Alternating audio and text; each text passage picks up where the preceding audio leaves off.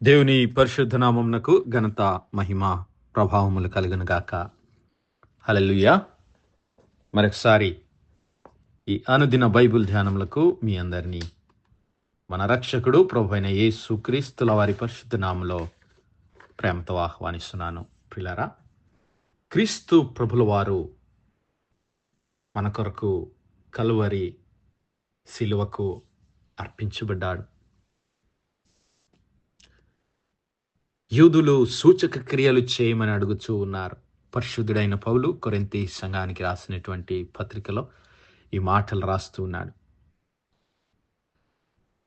యూదులు సూచక క్రియలు చేయమని అడుగుచున్నారు, గ్రీసు దేశస్థులు జ్ఞానమును వెతుకుచున్నారు. అయితే మేము సిలువ వేయబడిన క్రీస్తును ప్రకటించుచున్నాము. ఆయన యూదులకు ఆటంకముగాను అన్యజనులకు వెర్రితనముగాను ఉన్నాడు గాని యూదులకేమి గ్రీసు దేశస్థులకేమి పిలువబడిన వారికే క్రీస్తు దేవుని శక్తియు దేవుని జ్ఞానమునయ్యున్నాడు. దేవుని నామానికే మహిమ కలుగును గాక. ప్రియులారా, మరి ఆ సిలువ వేయబడినటువంటి క్రీస్తు ఎవరు? ఎందుకు ఆయన సిలువ వేయబడవలసి వచ్చింది? ఆ సిలువ వేయబడటానికి ఆయన ఏ పాపము, ఏ దోషము, ఏ తప్పు చేయలేదు. అయినప్పటికీ సృష్టికర్త అయినటువంటి పరలోకమందున్న తండ్రి అయిన దేవుని చిత్తాన్ని జరిగించడానికే ఆ క్రీస్తు ప్రభుల వారు కలువరి సిలువకు అప్పగించబడ్డాడు. మరి ఆ అప్పగింపబడిన క్రీస్తు ప్రభుల వారు ఎవరు అంటే ఆయన మనుష్య కుమారుడని నేర్చుకున్నాం.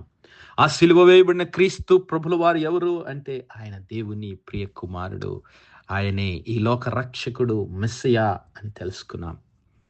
ఈ సిలువ వేయబడిన క్రీస్తు ఎవరు అంటే ఆయన మన ప్రధాన యాజకుడైనటువంటి క్రీస్తు.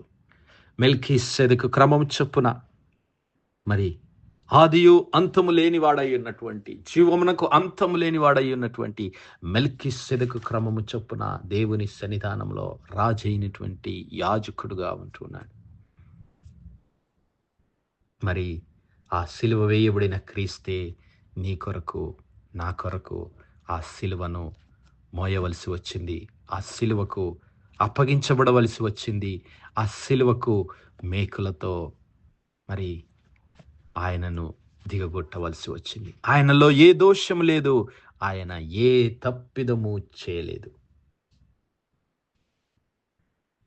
యెషయా గ్రంథం 53వ అధ్యాయం 10వ వచనంలో ఒకసారి మనం గమనిస్తే, యెషయా గ్రంథము 53వ అధ్యాయం 10వ వచనాన్ని ఒకసారి చూద్దాం.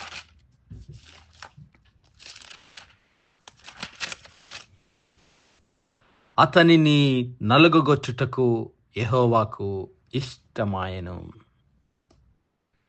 Yet it pleased the Lord to bruise him. It was the will of God to bruise him. ఆయనను నలుగగొట్టుటకు యెహోవాకు ఇష్టమాయెను. ఆయనను నలుగగొట్టుట దేవుని చిత్తమాయెను. ఆయన అతనికి వ్యాధి కలుగజేసెను.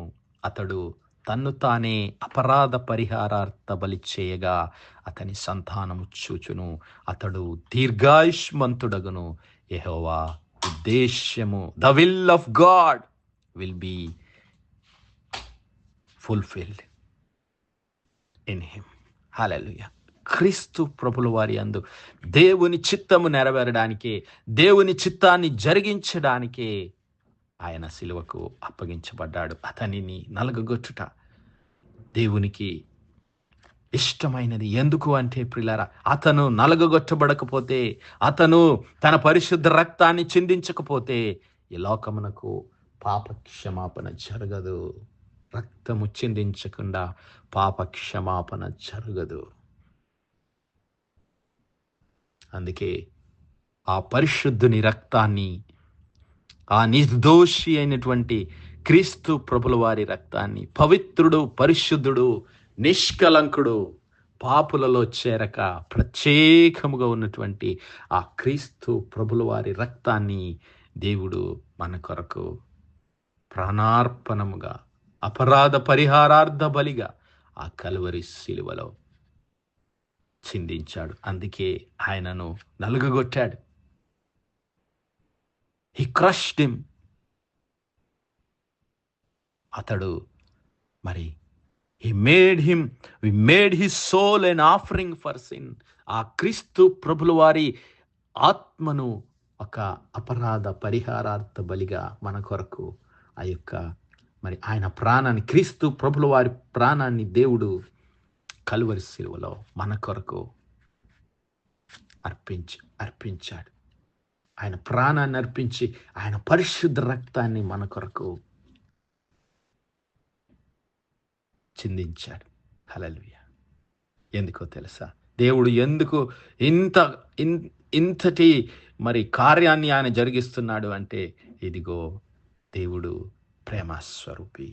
హల్లెలూయా.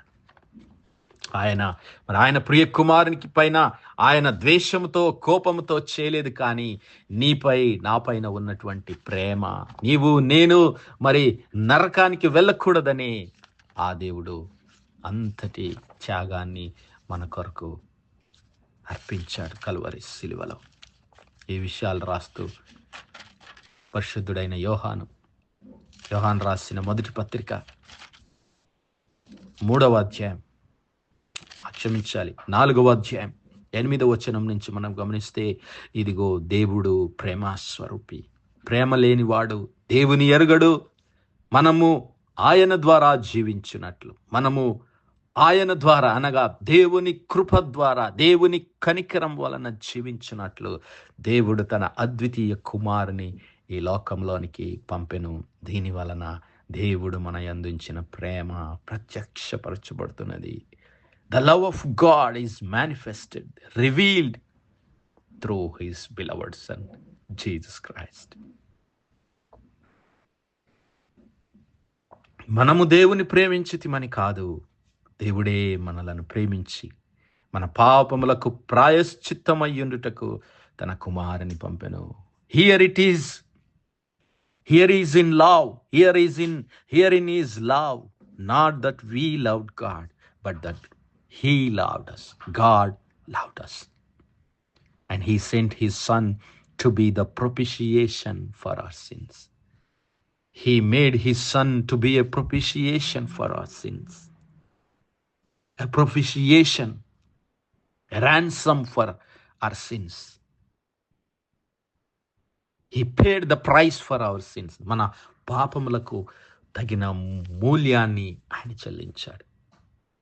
ఆ మూల్యము చెల్లించాలి అంటే క్రీస్తు ప్రభుల వారు కలువరి శిలువకు అప్పగించబడాలి.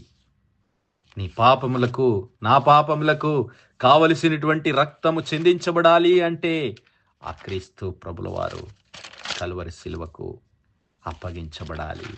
హల్లెలూయా. అందుకే మరి దేవుడు తన ప్రియ కుమారుడైనటువంటి క్రీస్తు ప్రభుల వారిని కలువరి శిలువకు అప్పగించాడు. కలువరి శిలువకు ఆ క్రీస్తు ప్రభుల వారిని అప్పగించాడు. మరి నీవు నేను విలువ పెట్టి కొనబడిన వారమని పరిశుద్ధుడైన పౌలు కొరింథీ సంఘానికి రాస్తూ ఉన్నాడు. ఇదిగో మీరు మీ సొత్తు కాదు, మీరు విలువ పెట్టి కొనబడినటువంటి వారు. ఏమిటి ఆ విలువ అంటే?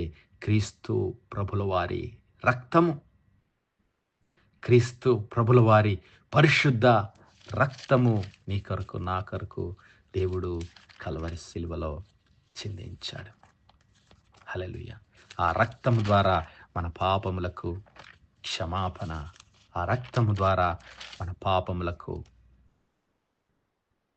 విమోచన. మీరు దేవుని ఆలయమై ఉన్నారని మీరు ఎరుగరా? పౌలు అంటున్నాడు, మీరు దేవుని ఆలయమై ఉన్నారని మీరు ఎరుగరా? దేవుని ఆత్మ మీలో నివసించుచున్నాడని మీరు ఎరుగరా? అలాగే 2వ కొరింథీ పత్రిక 6వ అధ్యాయంలో మనం చూస్తే, 2వ కొరింథీ పత్రిక 6వ అధ్యాయం, ఇదిగో జీవము గల దేవుడు మనలో నివసించలాగున మీరు జీవము గల దేవుని ఆలయమై ఉన్నారు. మనము జీవము గల దేవుని ఆలయమై ఉన్నాము. నేను వారిలో నివసించదను, నేను వారిలో నివసించి సంచరించదను, నేను వారి దేవుడనయ్యుందును, వారు నా ప్రజలయ్యుందురు. హల్లెలూయా. నీవు నీ సొత్తు కాదు, నీవు విలువ పెట్టి కొనబడినటువంటి వాడు. భక్తుడైనటువంటి పేతురు రాసినటువంటి పత్రిక 1వ అధ్యాయాన్ని మనం గమనిస్తే 1వ అధ్యాయం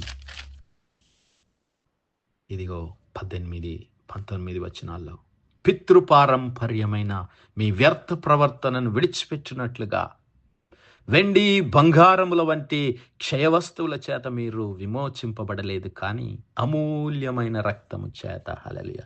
the precious blood of Jesus Christ. We are redeemed by the precious blood of Jesus Christ. Hallelujah. Glory to God. దేవుని నామానికి మహిమ కలుగును గాక. అమూల్యమైన రక్తము, నిర్దోషమైన రక్తము, నిష్కలంకమైన రక్తం. Hallelujah. The precious blood of Jesus. The lamb without blemish and the lamb without spot. Hallelujah.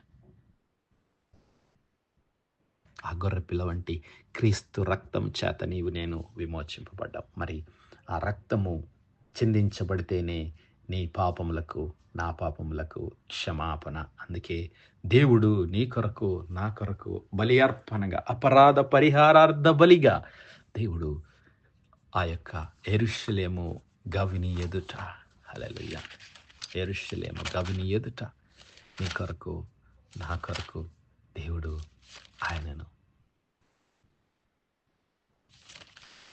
అర్పణగా చేశాడు. హల్లెలూయా. క్రీస్తు ప్రభులో ఆ సిలువ వేయబడిన క్రీస్తు నీ స్థానంలో నా స్థానంలో సిలువకు అర్పించబడ్డాడు. నా సహోదరుడా, నా సహోదరి, ఈరోజు ఆ సిలువ రక్తము చేత నీ పాపములను, నీ హృదయాన్ని, నీ జీవితాన్ని శుద్ధీకరించుకొని నీ జీవితాన్ని ఆయనకు సమర్పించుకో. ఆయనకు సాక్షిగా ఈ లోకంలో జీవించు. దేవుడు అతి కృప, అతి ధన్యత మనందరి జీవితాల్లో అనుగ్రహించునుగాక. ఆమేన్, ఆమేన్, ఆమేన్. ప్రార్థించుకుందాం.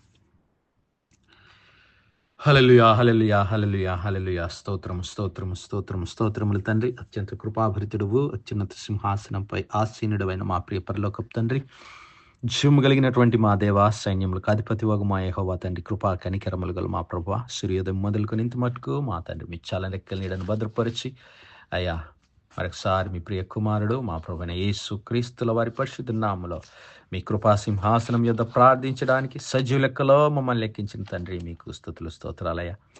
దినమెల్లా మీ యొక్క పరిశుద్ధాత్మ సహాయం, నడిపింపు, ఆదరణ, సహవాసాన్ని మాకు అనుగ్రహించిన దేవా, మీకే స్తుతులు, స్తోత్రాలు. అవును మా ప్రభువా, మా పాపముల నుంచి, మా దోషముల నుంచి మమ్మల్ని విడిపించడానికి మాకు రావలసినటువంటి శిక్షను మీ ప్రియ కుమారుడైనటువంటి యేసు క్రీస్తు ప్రభుల వారిపైన మోపి అయా మా కొరకు అపరాధ పరిహారార్థ బలిగా మీ ప్రియ కుమారుడైనటువంటి యేసు క్రీస్తు ప్రభుల వారిని కలువరి సిలువకు అప్పగించి ఆ యొక్క ఆయన చిందించిన పరిశుద్ధ రక్తం చేత మమ్మల్ని అందరినీ విమోచించి పరిశుద్ధులుగా, నీతిమంతులుగా చేసి మీ నిత్య రాజ్యానికి వారసులుగా చేసిన దేవా, మీకేమిచ్చి మీ రుణం తీర్చుకోగలం ప్రభా. ఎల్లవేళలా విరిగి నలిగిన హృదయంతో మీ సన్నిధానంలో మిమ్మల్ని సేవించే యోగ్యత దయచేయమని వేడుకుంటున్నాం. కనికరం గల మా తండ్రి, ఈ వర్తమానాలు వినిచిన మా ప్రియ కుటుంబాలన్నిటిని దీవించండి, ఆశీర్వదించండి. మీ క్రీస్తు ప్రభుల వారి పరిశుద్ధ రక్తం చేత విమోచించి శుద్ధీకరించి స్థిరపరచమని వేడుకుంటున్నాం. అయా మా యవన బిడ్డలను జ్ఞాపకం చేసుకునండి ప్రభా. మీ యొక్క పరిశుద్ధాత్మ అభిషేకం బిడ్డల పైన దయచేయండి. అలాగే నా ప్రభా, ఎగ్జామ్స్ రాస్తున్న మా బిడ్డలందరినీ మీరు జ్ఞాపకం చేసుకుని బిడ్డలకు మంచి జ్ఞానమును, ఆలోచన శక్తిని, ధైర్యంను అనుగ్రహించమని వేడుకుంటున్నాం. అయా అనారోగ్యంగా ఉన్న బిడ్డలను మీరు ముట్టండి. మీ గాయపడిన హస్తం చేత యేసయ్య ముట్టి సంపూర్ణ స్వస్థత, ఆరోగ్యం, బలమును అనుగ్రహించమని వేడుకుంటున్నాం. అయా కృంగిన వారిని లేవనెత్తండి ప్రభు. నలిగిన బిడ్డలను, అయా దుఃఖంలో ఉన్నటువంటి బిడ్డలకు ఓదార్పు, ఆదరణ దయచేయండి. మహిమ, ఘనత, ప్రభావాలు మీకే చెల్లిస్తూ మా ప్రభును, మీ ప్రియ కుమారుడు, మా రక్షకుడైన యేసు క్రీస్తుల వారి పరిశుద్ధ నామమున ప్రార్థించి వేడుకుంటున్నాం మా పరలోకపు తండ్రి. ఆమేన్, ఆమేన్, ఆమేన్. God bless you all. Praise the Lord. Shalom.